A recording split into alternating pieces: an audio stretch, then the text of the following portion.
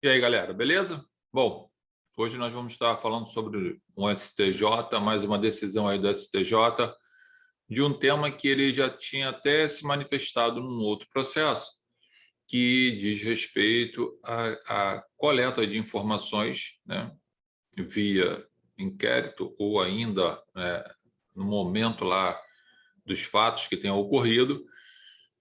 E aí, num julgamento anterior, o STJ ele tinha determinado que as informações que tinham sido produzidas ainda, né, em sede policial, ela fosse retirada do contexto probatório,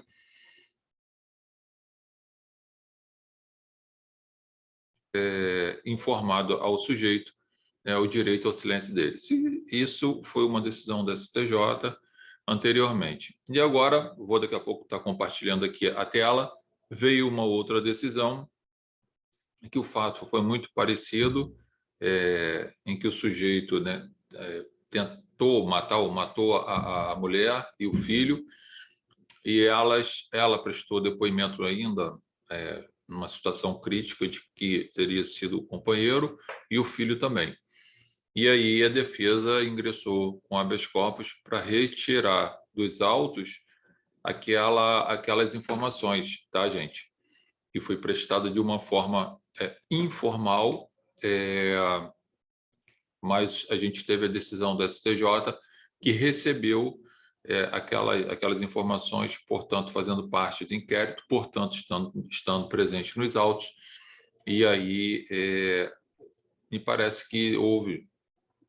O problema é que o STJ, às vezes, né, dá com uma mão e tira com a outra, em que pese os argumentos estarem de um pouco diferente, mas acho que o contexto todo vai dar muito o que falar ainda. Provavelmente a defesa vai recorrer ao STF, vamos ver o que vai ser feito lá em cima, né? Vou compartilhar aqui o arquivo e vou abrir para vocês, para a gente estar falando sobre essa decisão aí do STJ aí, que vale a pena dar uma leitura. Depois vocês entrem aí no HC, aí, no STJ, façam aí a leitura de vocês, os estudos de vocês, porque é importante, né, vocês terem isso aqui atualizado. Isso aqui, ó. Vou até abrir toda essa tela para a gente poder ficar melhor. Então, tá aqui, ó, a decisão aqui, tá? Período bem... Período de... Deixa eu só acertar aqui algumas coisas. Período de... Beleza. Período 15/6/2022, saiu essa decisão aqui, tá? Que fala lá, ó, quinta turma nega a exclusão de depoimentos informais. Isso aqui que eu chamo a atenção de vocês, depoimentos informais, tá? Ops. Ok? Depoimentos informais, a gente vai fazer a leitura aqui do que aconteceu em inquérito contra acusado de atear fogo na companheira. Também complicado, né, gente? Fala lá, a quinta turma do Superior Tribunal de Justiça negou pedido de retirada, né, de depoimentos informais. O que a questão toda está aqui nos depoimentos informais, tá, gente? Ó, isso aqui que o pessoal estava criticando, né, que a defesa veio batendo na tecla, olha, cadê, né, a legalidade, as formalidades necessárias? Então, os depoimentos informais gravados por policiais militares de um processo com homem acusado de jogar gasolina em sua companheira e atear fogo na presença dos 3 filhos dela. Em uma das gravações, a mulher, que faleceu dias após a internação, afirmou que o companheiro foi o autor do crime, tá? Então, ela estava lá, provavelmente no hospital, e os policiais escolheram o depoimento dela lá. Tem até previsão para isso, né? Que seria uma forma de antecipação de provas, se você pegar isso por uma analogia, mas aí vai entrar o outro debate, se essa analogia não seria em malam parte, aí você estaria usando uma regra processual para prejudicar o sujeito. Aí a outra parte vai falar, mas em princípio da verdade real, que para mim não existe, tá, gente? Mas tem esses argumentos, certo que a STJ foi por um lado aí que a gente vai observar. E aí continua aqui o STJ, tá? Por unanimidade, né? O colegiado considerou que os depoimentos informais do acusado da mulher e de um dos seus filhos, colhidos logo após os fatos, não causaram prejuízo ao investigado. Esse negócio de prejuízo, gente, eu acho meio complicado, né? Como que não causou prejuízo, né? Tecnicamente causa, né? Até porque o sujeito, de repente, não foi orientado a responder aquilo que ele deveria responder, ou da forma que deveria responder, ou se ia exercer o direito de ficar em silêncio. Provavelmente isso não aconteceu. Estou conjecturando pela experiência aqui do dia a dia que a gente vê aí na prática, né? Prejuízo investigado porque ele não assumiu a autoria do delito. Me parece que essa parte aqui, porque ele não assumiu a autoria do delito, né? Se ele tivesse assumido, então estaria configurado o prejuízo. Pô, me parece que se ele tivesse assumido, é aí que não teria configuração de prejuízo, já que ele estaria ali apontando e afirmando que foi ele. Não sei se não concordo muito com essa forma que foi colocada aqui, mas a decisão é do STJ e a decisão vai produzir seus efeitos legais. Fazendo comentários para que vocês de lá, nas provas de vocês, ou no caso concreto, vocês possam ter informações suficientes para poder ou responder as questões, ou, no caso concreto, buscar alguma forma de tentar mudar essa situação. Então, continue aqui, porque ele não assumiu a autoria do delito e as gravações não substituíram as coletas formais dos relatos das partes pela autoridade policial. Gente, isso aqui, ó, essa outra parte que aqui é colocada aqui, me parece que entra a teoria, né, do fruto das árvores envenenadas. Pô, se aqui em cima já foi colhido depoimentos informais e que você agora, através desses depoimentos, busca a afirmação, confirmação, né, dos fatos ou até a elaboração de outras perguntas mais profundas, já que se tem informações anteriores, de forma informal, parece que a gente está diante aqui da teoria do fruto das árvores envenenadas. Mas é o que passou. O homem investigado pela polícia pelos supostos crimes de feminicídio, tentado e incêndio. Tribunal de Justiça do Rio Grande do Sul, que, confirmando a decisão de juiz de primeiro grau, negou a retirada das gravações dos autos sob fundamento de que a diligência foi legal, em razão da gravidade do fato. Esse problema aqui, de você colocar a gravidade do fato como fundamento para você flexibilizar um direito constitucional, eu acho um absurdo, né? Todos os fatos são graves em regra. Em regra, nesses casos assim, de homicídio, geralmente é grave. Gente. Não tem como, ainda que a pessoa não morra. E aí você vai flexibilizar os direitos e garantias individuais, por mais que eles não sejam absolutos, e esse prejuízo, para mim, já está estampado, mas segue o jogo.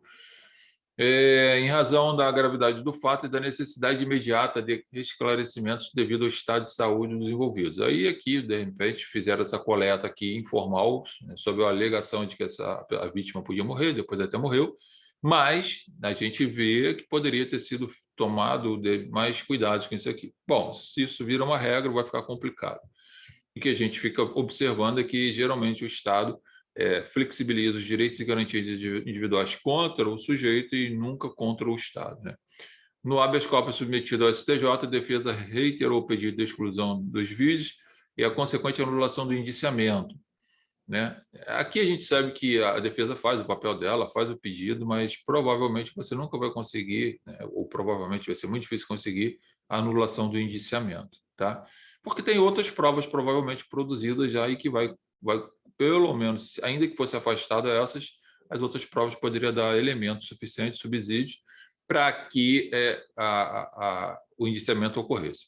O qual teria sido baseado nas gravações realizadas por autoridade incompetente, né? Pois caberia à Polícia Judiciária colher os depoimentos. Então, está falando aqui que foi policial militar e caberia Polícia Civil, né? Em termos de formalidade, o que a lei fala é exatamente a Polícia Judiciária, que seria a Polícia Civil aqui nesse momento. Né? A defesa também sustentou que o acusado não foi advertido sobre seu direito constitucional de permanecer em silêncio. Aqui é uma situação muito complicada. Anteriormente, o STJ validou, né, o relato, né, do acusado, dizendo que não teve direito de se permanecer em silêncio, ninguém tinha informado para ele, e ele falou na época, o STJ tinha anulado. Aqui o STJ manteve ainda que ele tivesse colocado como fundamento, né, que não foi avisado, advertido de que teria o direito de ficar em silêncio. A gente sabe que, na prática, nem sempre esse direito, essa informação, direito ao silêncio, é apresentado pela autoridade ao acusado, ou indiciado, investigado, seja lá quem for.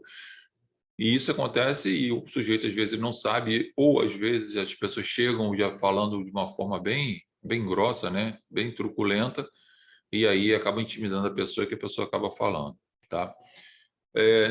Bem, o STJ ainda fala aqui, ó, não houve demonstração do prejuízo à defesa ao acusado, né, de defesa ao acusado. Me parece que esse princípio do prejuízo aqui, gente, sinceramente, esse aqui é muito complicado. Acho que isso não deveria prosperar, e, pelo contrário, ele tinha vindo para tentar frear aí a ideia aí, da nulidade absoluta relativa, e agora estão se flexibilizando as nulidades absolutas em prol do princípio do prejuízo, ou seja, a nulidade pode ser absoluta. No caso concreto, houve prejuízo, você tem que provar que houve prejuízo. Então, invertem o ônus da prova, joga para a defesa que tem que provar que foi prejudicado. Quando o simples fato da mudança da forma do ato já é um prejuízo. Bom, aí a gente vai ficar batendo nessa tecla, discutindo sobre isso, e você tem que estar atento, porque no caso concreto você vai precisar utilizar esses argumentos, ou em caso de uma prova também, né? O ministro destacou, vou aqui embaixo, que ali é só uma repetição, o ministro destacou que em nenhum momento os vídeos substituíram os depoimentos formais das partes. Tudo bem, mas depois que a porta está aberta, né, a boiada está passando, aí o que vier já era, já está contaminado. Então, é o que a gente está falando. Lá no início, lá no fundamento dos depoimentos, foi feito de forma informal, o que já contamina os demais atos. Mas se também eu tenho que reconhecer que, existindo outros elementos, né, que possam corroborar para o indiciamento, é óbvio que isso vai acontecer, né? Ainda que você retire dos autos a ideia aí dessa peça e dessas informações, tá? Reinaldo Soares da Fonseca também ressaltou que o acusado não demonstrou prejuízo. Está vendo o que eu estou falando? Estão transformando, estão, na verdade, invertendo a ordem e determinando, imputando a defesa ao réu, ao indiciado, investigado, a apresentar a existência de prejuízo, né, efetivo, que é juntado dos vídeos ao inquérito. Teria causado a sua ampla defesa. Assim, afasta-se a nulidade, apontou. Tá? Aí aqui, ó, na gravação, o homem alegou ser vítima de sua companheira. Acerca da ausência de advertência ao homem sobre o direito de permanecer em silêncio, o ministro registrou que no momento da gravação ele não era investigado. Ou seja, você estava conversando, né, gente? Isso aqui foi realmente uma informação assim extremamente superficial e um meio, né, pelo menos no meu entendimento, para se alcançar algum argumento para fundamentar essa decisão dele. Então, ele coloca aqui, ó, o ministro registrou que no momento da gravação ele não era investigado, pois alegou no depoimento formal que estava sujo de gasolina e durante uma discussão sua companheira pegou um isqueiro e incendiou o fogo, e iniciou o fogo, né? Resultando em queimaduras e na necessidade de também ser levado ao hospital, razão pela qual era visto como vítima pelos policiais que atenderam à ocorrência. Bom, se isso aqui é uma verdade, aí realmente você cai por terra a ideia do indiciamento e aí, portanto, aquela prova seria. Não sei, né, gente? No caso concreto, eu tenho minhas dúvidas. O ministro tem que trabalhar com o que tem nos autos e, se é o que tem nos autos, ele tomou essa decisão. O relator lembrou ainda que é firme no STJ o entendimento que eventual nulidade, né, ocorrida na investigação não contamina a ação penal, dada a natureza meramente informativa do inquérito policial. Isso aqui tem uma jurisprudência formada já no STJ. O problema é que, quando fala, dada a natureza meramente informativa do inquérito policial, essa natureza informativa, muitas vezes, ela é levada em consideração os elementos que estão lá e que se faz, entre aspas, né, uma lavagem dessas informações para esquentar essa informação que até então não era dentro do manto, né, do devido processo legal, e faz com que ela passe a ter validade, portanto, podendo ser valorada como prova. Isso eu tenho umas críticas sobre esse assunto, mas é o que você tem aí. O acórdão está aqui no HC 713.252, depois você pode entrar e fazer o acompanhamento aí dessas informações, ok? Então, Vou voltar aqui, tá? Para a gente estar conversando agora de outra forma. Então, o que acontece nesse negócio todo aqui? A gente vê o STJ, isso vai acontecer muito, né? Enquanto não sumular, essas decisões antagônicas podem acontecer por alguns detalhes, né, do caso fático, ou até por algum tipo de mudança na jurisprudência. No caso aqui, me pareceu que houve alguns detalhes no caso prático, por isso que o STJ manteve aquela decisão de deixar inserido no contexto lá do processo aquelas informações que foram colhidas informalmente pela Polícia Militar, ok? O que você precisa ter em mente aí quando você for atuar ou quando você for responder suas provas? Lembre-se, você tem de um lado o princípio da verdade real, o princípio do prejuízo, que hoje a jurisprudência está muito imputando, invertendo a ordem, né, prática da situação e colocando para a defesa ela ter que demonstrar que houve um prejuízo, ainda que essa nulidade seja absoluta, tá, gente? Isso está acontecendo muito. Parece que você flexibilizar a forma como a lei fala, você já gera um prejuízo para o réu, porque você transforma a responsabilidade que era do Estado para o indivíduo, o que fica muito difícil. Você tem aí esse princípio da verdade real, que todo mundo fala que ele existe, que às vezes até o juiz ele pode, segundo 156, 157, ele pode agir de algumas formas, de ofício, por exemplo, né? Até quando, por exemplo, as partes terminaram de fazer as perguntas, o juiz vai lá e continua perguntando. Parece que isso deveria já sair, a doutrina vem batendo nessa tecla, que isso seria inconstitucional, porque fere o sistema acusatório. Então, são argumentos que você tem a favor para praticar esses atos aí e manter essas informações, esses elementos informais dentro do inquérito, depois do processo, e utilizando até como forma de convalidação do ato quando se joga isso dentro do processo e na esfera judicial. Que aí você tem ampla defesa, contraditório, devido ao processo legal, mas o fruto já veio envenenado, o fruto já veio estragado, o que tiver dali para frente vai morrer, mas nem sempre acontece. Deveria ser assim. Por outro lado, se você está na defesa, se você está respondendo a prova para uma carreira ou dentro do exame da Ordem dos Advogados do Brasil, você sustenta exatamente que essas provas, esses elementos informativos, já que inquérito não produz provas, sim elementos informativos, devem ser ou deveriam ser afastados, porque fere o princípio da ampla defesa, contraditório, legalidade, devido ao processo legal, sistema acusatório, né? A nulidade ela é absoluta, tendo em vista que a colheita da prova não foi dentro do que determina a lei, e sim por outras autoridades. Houve ainda as questões das provas informais, não foi apresentado ainda ao réu ou indiciado, investigado, seja lá como for o nome que você dá, o direito de permanecer em silêncio, ainda que tenha essa questão aí, né, se o sujeito estava como vítima, porque no primeiro momento foi o que se falou.